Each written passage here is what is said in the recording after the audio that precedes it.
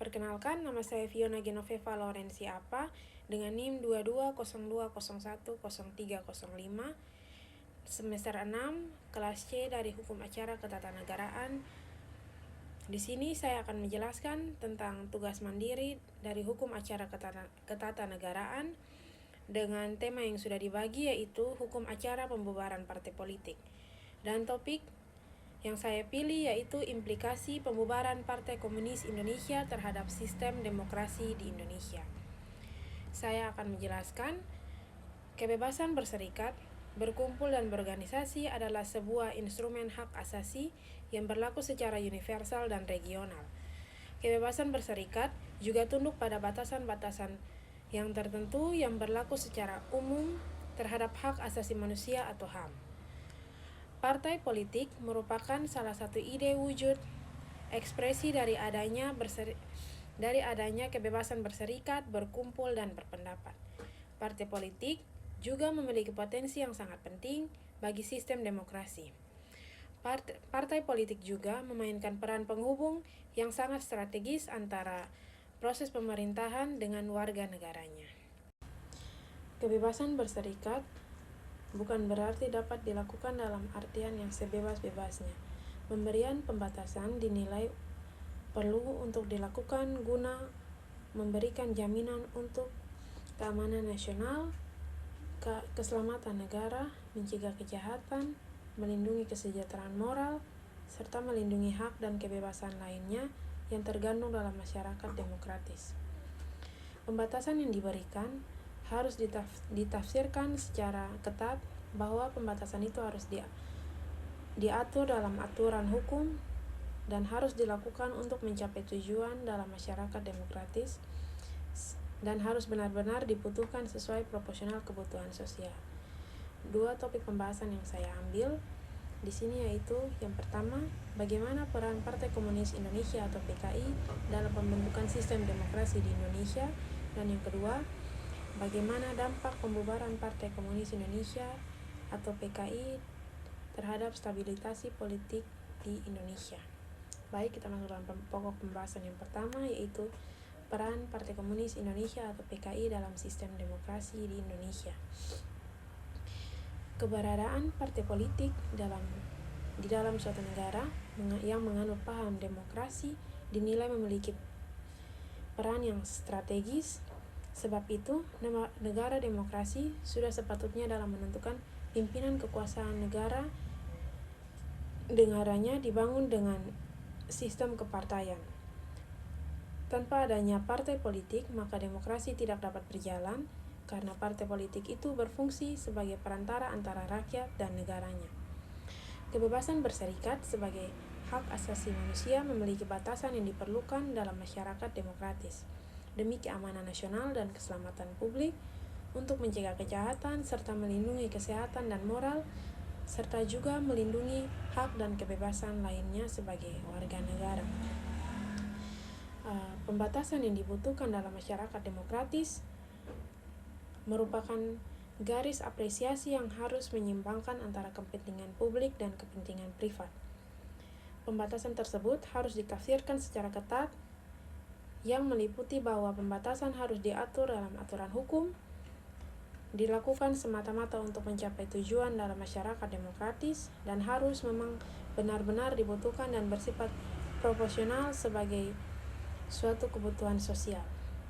Sebagai organisasi, partai politik dibentuk oleh sekelompok individu yang mengikatkan diri berdasarkan aturan tertentu yang dibuat dan disepakati bersama. Partai politik eksistensinya diakui sebagai subjek hukum setelah mendapatkan pengesahan dari hukum negara. Pada saat sudah berstatus badan hukum, sekelompok individu tersebut diperlakukan sebagai suatu kesatuan yang memiliki hak dan kewajiban terpisah dari anggotanya. Partai Komunis Indonesia atau PKI adalah partai komunis yang pernah aktif di Indonesia sebelum dibubarkan pada tahun 1965. PKI merupakan partai komunis non-pemerintah terbesar di dunia saat itu. Dengan basis anggotanya yang luas dan pengaruh politik yang signifikan di beberapa wilayah, Partai Komunis Indonesia atau PKI memiliki peran yang kompleks dan beragam dalam sejarah politik Indonesia karena PKI berjuang untuk hak-hak pekerja dan meningkatkan kesadaran politik. Namun, Partai Komunis Indonesia atau PKI dianggap sebagai partai terlarang sebab sifatnya PKI yaitu memusuhi agama, tokoh agama, dan bahkan anti dengan Pancasila. Oleh karena itu, orang-orang yang berpaham komunis tidak boleh tinggal di Indonesia dan hidup di Indonesia karena ideologi mereka bertentangan dengan Pancasila dan Undang-Undang Dasar Negara Republik Indonesia tahun 1945. Partai Komunis Indonesia memiliki peran yang kompleks dan beragam dalam sistem demokrasi di Indonesia, dan berikut adalah beberapa peran PKI terhadap sistem demokrasi di Indonesia. Yang pertama ada peran positif, yaitu yang pertama meningkatkan kesadaran politik, yaitu berperan dalam meningkatkan kesadaran politik masyarakat Indonesia, terutama di kalangan petani dan pekerja tentang hak-hak dan kepentingan mereka. Yang kedua, mengadvokasi hak-hak pekerja. PKI berperan dalam meningkatkan kondisi mereka sehingga meningkatkan kesejahteraan masyarakat. Yang ketiga, meningkatkan partisipasi politik.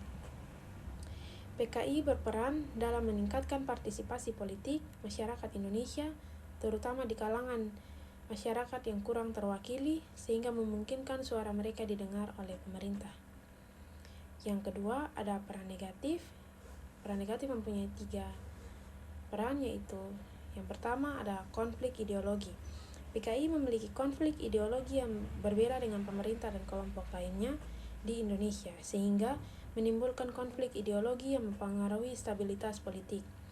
Yang kedua, penggunaan metode yang ekstrim, yaitu PKI menggunakan metode yang ekstrim seperti kekerasan dan intimidasi untuk mencapai tujuannya, sehingga menimbulkan kekhawatiran dan penolakan dari masyarakat.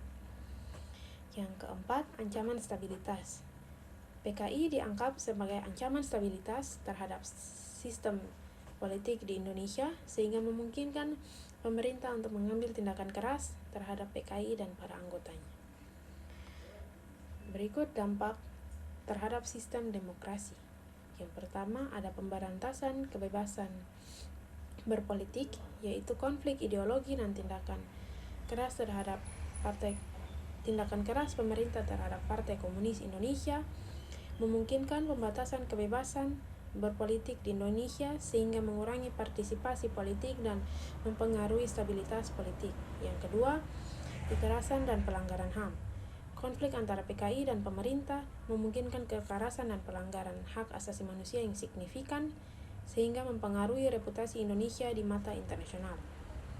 Masuk pokok pembahasan yang kedua, yaitu dampak yang ditimbulkan dari Partai Komunis Indonesia atau PKI terhadap stabilitas politik Indonesia. Pembubaran Partai Komunis Indonesia atau PKI setelah peristiwa G30S PKI memiliki dampak yang sangat besar terhadap stabilitas politik Indonesia, dan dampak tersebut meliputi perubahan besar dalam peta kekuatan politik, berakhirnya Orde Lama dan dimulainya Orde Baru, serta pembatasan kebebasan politik dan sosial.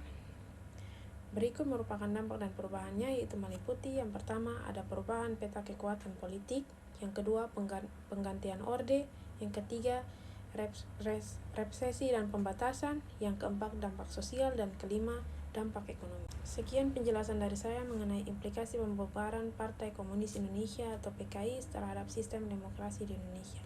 Terima kasih.